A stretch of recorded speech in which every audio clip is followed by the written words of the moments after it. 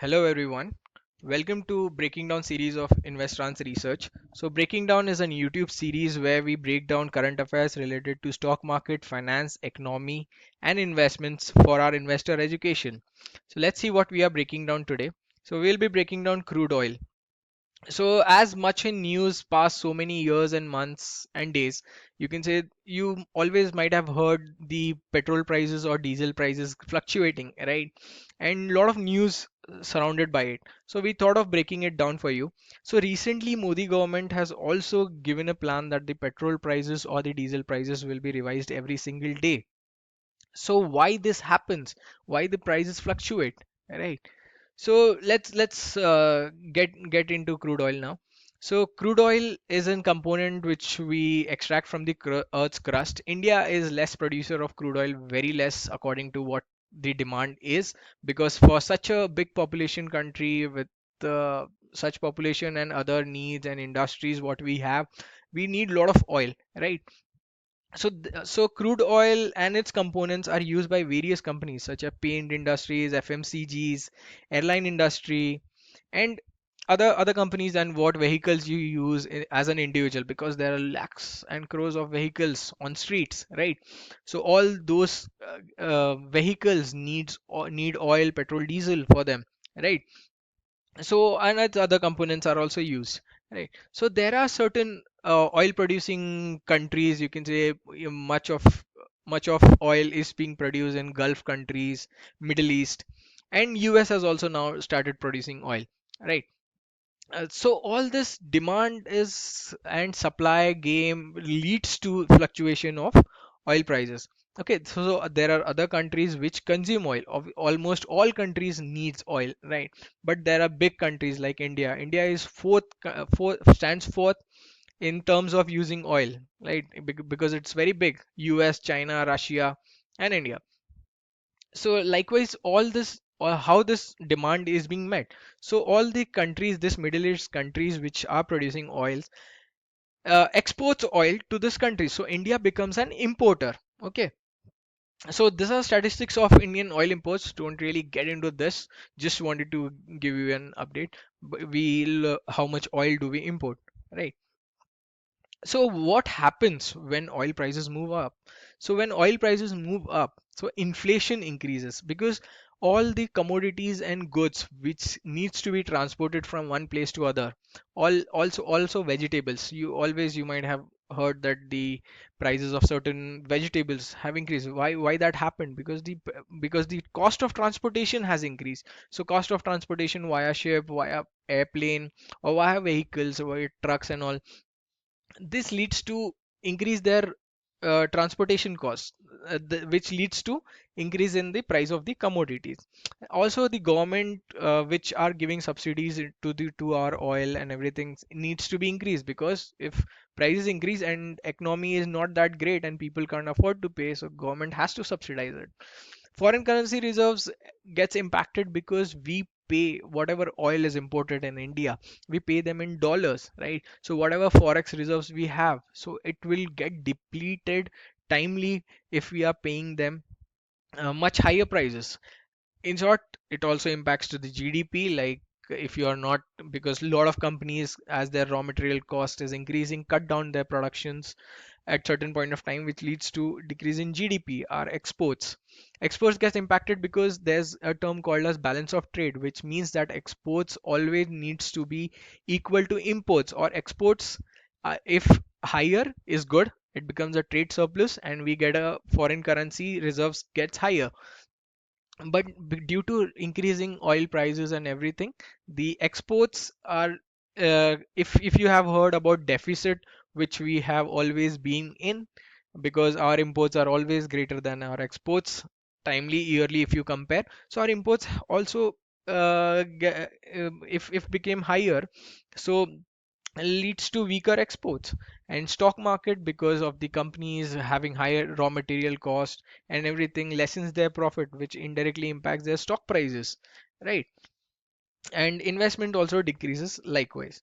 So so who decides this, say prices of oil? Obviously demand and supply. So when stock prices, for example, if someone is ready to sell a stock at 60 and someone is ready to buy at 60, so it becomes the price. So similarly, oil also is traded right now. So what impacts the prices? So once there, let me get back to history when the oil prices were not controlled and somebody was selling at this price, say X price, and somebody was selling at Y price. So whatever was cheaper became the price.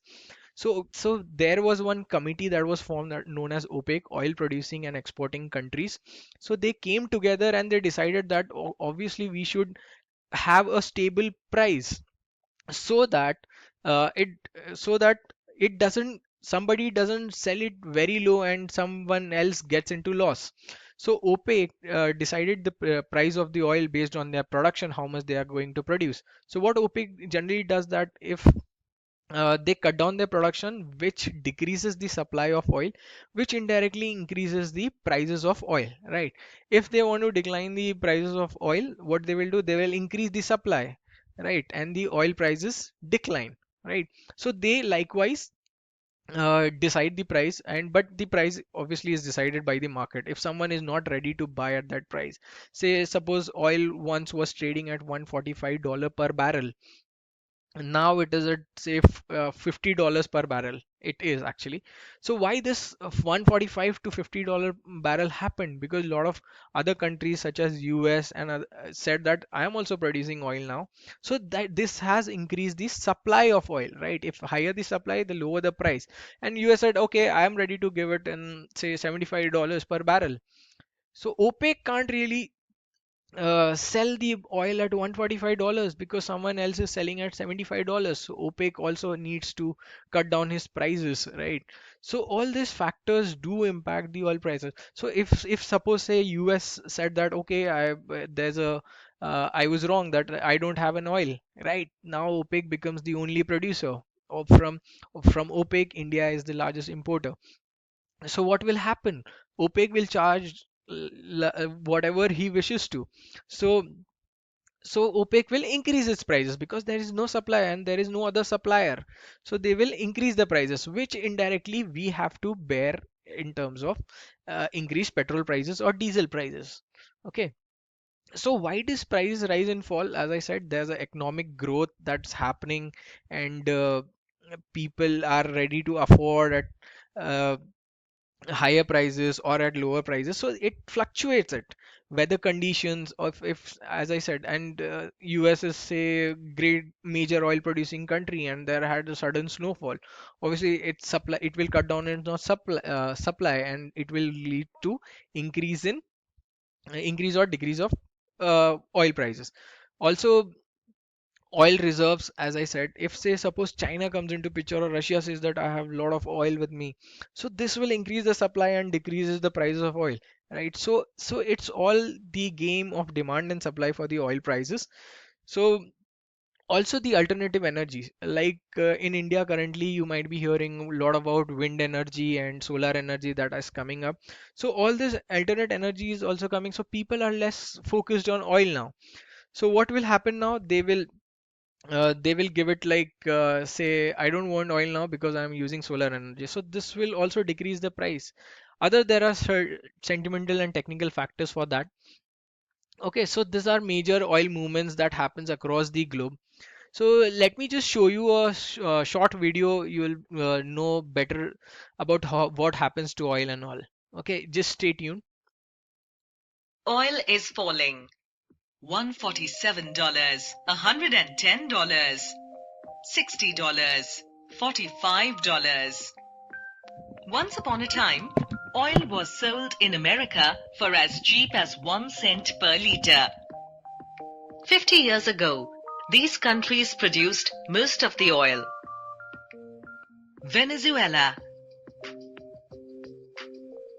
Saudi Arabia, Iran, Iraq, and Kuwait.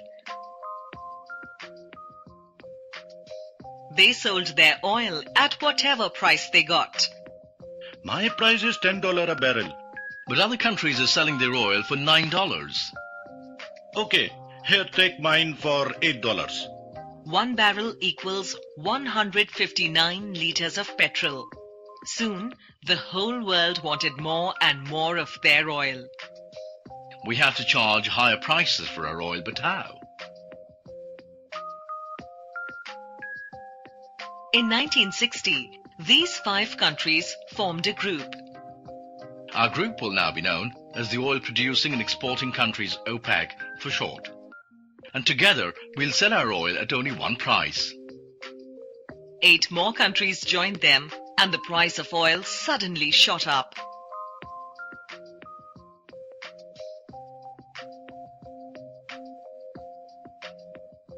Other countries like UK and Russia also found lots of oil. We're not part of OPEC and will decide our own price. The world was soon flooded with more oil from more than 15 nations, keeping price low at about $40 a barrel. Buy my oil. No, buy from me. But that was about to change. 15 years back, when the US, China and Europe were growing, they needed lots of oil. This made the price rise. When the price of oil increases, the cost of transporting goods from the factories to shops rises. By road, by sea, by air. From end 2003, the price of oil began jumping up.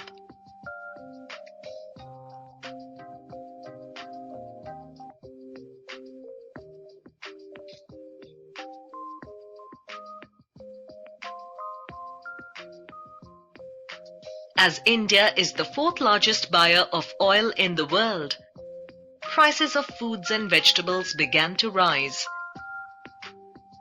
The USA also makes oil, but use more than they produce, so they too faced rising prices. Rupees 70 per litre. But countries that were selling the oil, oh boy, they were having fun. Building malls, fancy buildings, giving almost free petrol to its citizens. As it so often happens, no party lasts forever. 2011 in the US. We have discovered a new way of removing oil from under the Earth's crust. It's called fracking. And while it costs over $100 to buy oil, we can now make it at $60. China and Europe, that only 10 years back required large amounts of oil.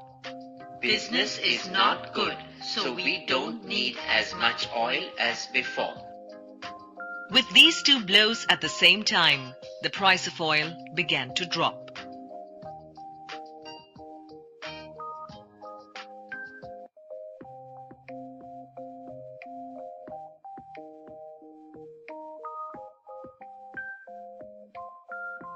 The biggest oil buyer, USA, was now going to become an oil seller.